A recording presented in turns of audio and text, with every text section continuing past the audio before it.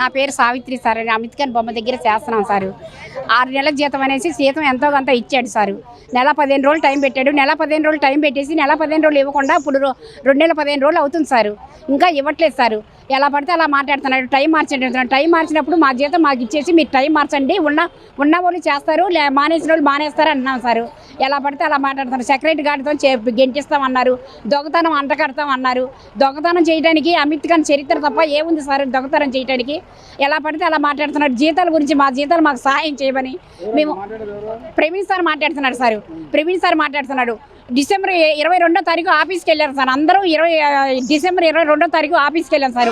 23వ తారీఖు మంగళవారం మీకు సెలవే కదా, మీ అక్కడికి వస్తాను, నీ అక్కడ చెక్కులు ఇస్తాను అన్నాడు సార్.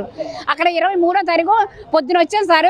6 వరకు ఉన్నాం సార్. ఆయన రాలేదు, చెక్కులు ఇవ్వలేదు, మాట్లాడలేదు సార్.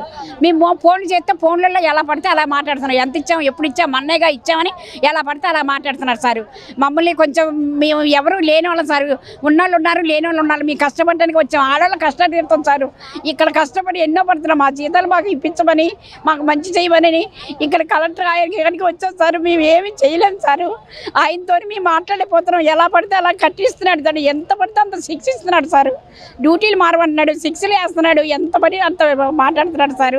ఇక్కడ ధర్నాలో ఏం చేసామో అన్నీ చేసినాకనే కొంత జీతం ఇచ్చాడు సార్. ఇప్పుడు మళ్ళీ జీతం ఇవ్వట్లేదు. నెలన్నర టైం పెట్టాడు, ఇంతవరకు మళ్ళీ ఇవ్వట్లేదు సార్. 5 నెలలు జరుగుతుంది. 5 నెలలు జరుగుతుంది సార్. 5 నెలలు జరుగుతుంది. ఇంతవరకు రావట్లేదు, ఇవ్వట్లేదు సార్. మేము చాలా బాధపడుతున్నాం. ఉన్నోళ్ళు ఉన్నారు, అసలు ఏమీ లేనోళ్ళు ఇక్కడ చేస్తున్నాం సార్. అంబేద్కర్లో చేస్తున్నాం సార్. ఏమీ లేనోళ్ళు చేస్తున్నాం. మా జీతాలు మాకు ఇస్తే సరే, చేస్తున్నా బాగున్నా బాగోపోయినా నేను పని చేస్తున్నాను సార్. కష్టపడుతున్నాం సార్. అందరూ కష్టపడుతున్నాం సార్. మా జీతాలు మాకు ఏమని కోరుకుంటున్నాం సార్. ప్రవీణ్ సార్కి ఒప్పు చెప్పాడు. ఆర్కే సార్ ప్రవీణ్ సార్కి ఒప్పు చెప్పాడు. ప్రవీణ్ సార్ చండాలమైన మాటలు మాట్లాడుతున్నాడు సార్. చాలా ఘోరంగా మాట్లాడుతున్నాడు సార్. ఎలా పడితే అలా మాట్లాడుతున్నాడు. నేను ఇవ్వను, ఏం చేసుకుంటారో చేసుకోండి, ఎక్కడికి వెళ్తారో వెళ్ళండి, ఏం చేస్తారో చెయ్యండి అంటారు sir. Praveen RK sir supervisor manager sir.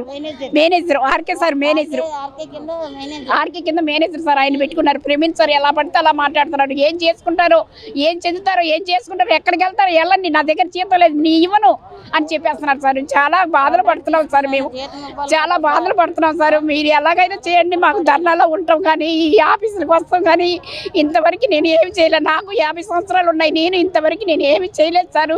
ఏం మాట్లాడాలి కూడా తెలియదు. మా బాధలన్నీ మీతో మాట్లాడి బాధలు పడుతున్నాం సార్. మేము అంతకు మించి మేము ఏమి చేయలేము సార్. మీకు సహాయం చేయమని కోరుకుంటున్నాం సారు.